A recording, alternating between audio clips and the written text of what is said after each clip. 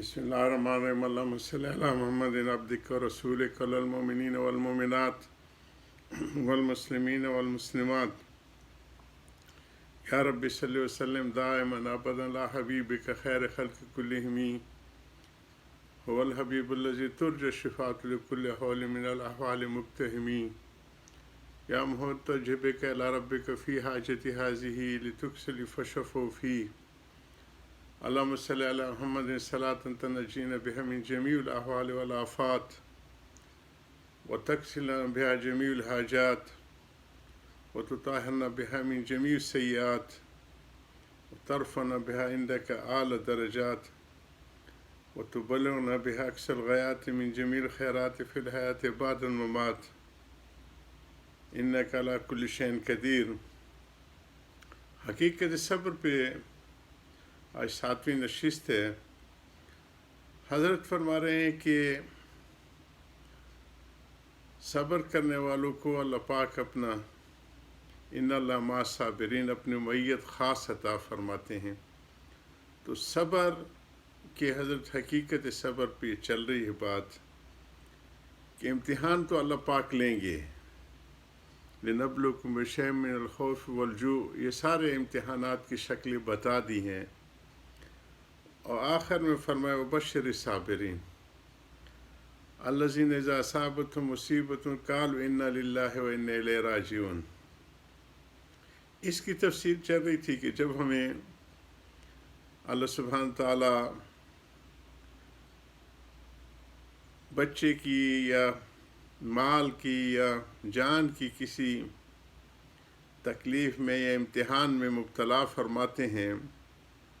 तो उसके असरात के ऊपर हज़रत फरमा रहे हैं कि एक तो आम लोग और उनको जो हत्ता के ख़वास उसको कहते हैं कि जज़ फज़ न करो, चीखो चिल्लाओ नहीं, और इसको लोग सब्र समझते हैं। दूसरा हिस्सा जो है जो उनकी ज़िंदगी के रूटीन के ऊपर पड़ता है, आमाल के ऊपर दीनी हिसाब से भी और दुनियावी हिसाब से, उसकी तशरीह और तौज़ीह करने वाले बहुत कम नज़र आते हैं कि जाने वाला तो जा चुका, अपने इरादे में और उसके दवाम में जो इरादे कर रखे खलल नहीं आना चाहिए। और खलल किस तरह आता है, उसमें कोई वो ना आए, रुकावट ना आए, क्योंकि जाने वाला तो फिर आना नहीं है और ये दुनिया के निज़ाम चलता रहेगा। तो वो खलल नहीं पड़ना चाहिए इरादे में भी और दवाम इरादे में भी, कि हर रोज़ नई शान नई आन के साथ अल्लाह सुब्हान ताला इस दुनिया में अपनी कुदरत और रहमत और नुसरत और बरकतें नाज़िल फरमाते रहते हैं। तो उसका इंसान जो है मुकल्लफ है, जो हासिल करता है वो जुहद से, कोशिश से करते, तो कोशिश मुतासर नहीं होनी चाहिए। हज़रत फरमाते दीन के कामों में भी खलल आ जाता है और दुनिया के कामों में भी खलल आ जाते हैं। दुनिया के कामों में तो कुछ दिन के बाद वो ख़ुद हिम्मत करके खड़ा हो जाते हैं, लेकिन दीन का जो खलल होता है वो अशद है, उसकी तरफ बहुत कम लोगों की तवज्जो है और उसको बताने वाले भी कम हैं। मसलन हज़रत इसकी मिसाल दे रहे हैं, कोई शख्स तहज्जुद या ज़िक्र शुग़ल करता था, आम जो ज़िंदगी रूटीन की ज़िंदगी थी, लैल व नहार जिस तरह के आम हाल में, शब व रोज़ में हर एक की कुछ मामूलात होते हैं, ज़िंदगी के अशग़ाल होते हैं, कोई तिजारत करता है, कोई खेती बाड़ी करता है, कोई कारखानों में मुलाजमतें करते हैं, ये सारी शक्लें हैं। तो जब तक वो उनका पाबंद रहे उस वक़्त उसके दिल में हज़रत ख़ास तौर पर दीनी खलल की तरफ ख़ास तवज्जो दे रहे हैं कि कोई शख्स तहज्जुद या ज़िक्र शुग़ल करता है तो जब तक वो उनका पाबंद रहे اس وقت تک اس کے دل میں حق تعالیٰ سے محبت تعلق کی ترقی رہتی ہے۔ میں دوستوں سے اکثر یہ حضرتی کی تعلیمات کی برکت ذکر کرتا رہتا ہوں اور اس کی عادت ڈلواتا رہتا ہوں کہ ہر کام میں اللہ کی محبت اور نور کے حصول کی نیت کر لی جائے۔ مثلا مسجد کو جا رہے، خود حضور صلی اللہ علیہ وسلم کی دعا اللہم اجعل فی قلب نور فی لسان نور، وہ آخر تک من تحت نور ومن فوق نور ولم آتنی نورا، تو یہ خود اس کی تعلیم دے رہی کہ نور کی طلب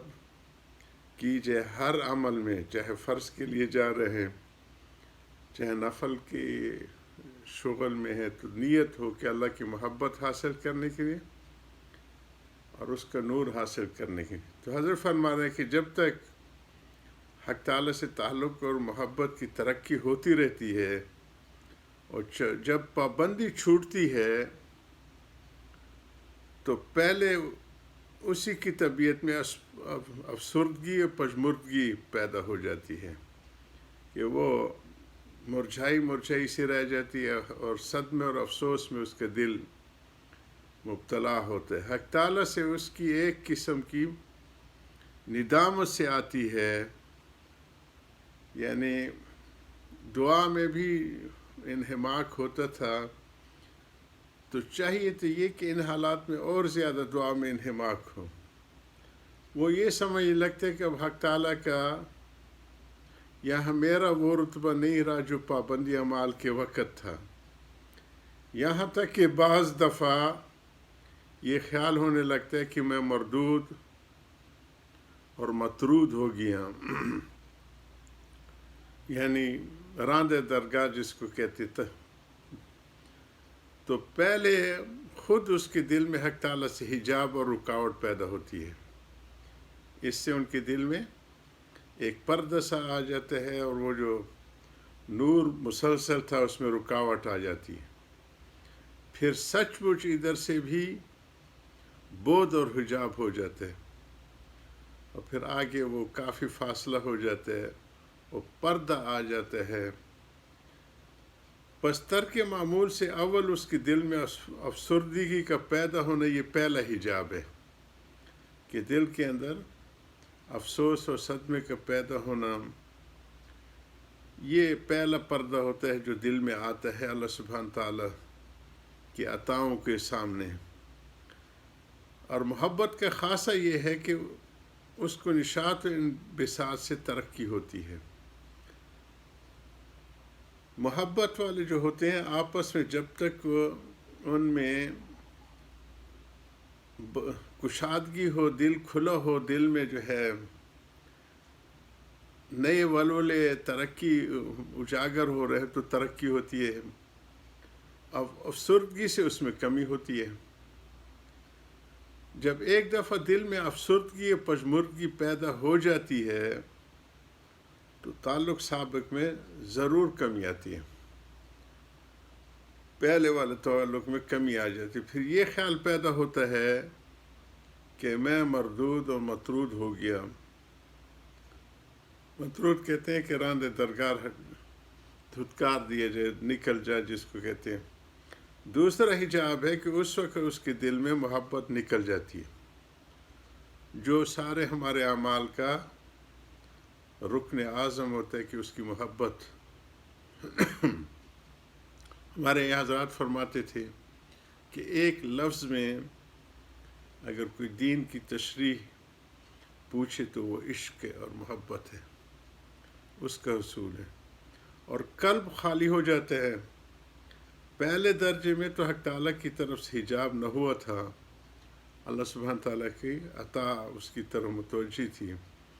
مگر اب ادھر سے بھی حجاب ہو گیا، وہ پردہ اللہ سبحانہ تعالیٰ کے سامنے آ گیا اور وہ رکاوٹ بن گئی۔ پھر جب مردودیت کا خیال جم کر اس کے قلب سے محبت حق نکل جاتی ہے تو واجبات و فرائض میں بھی کوتاہی کرنے لگتا ہے۔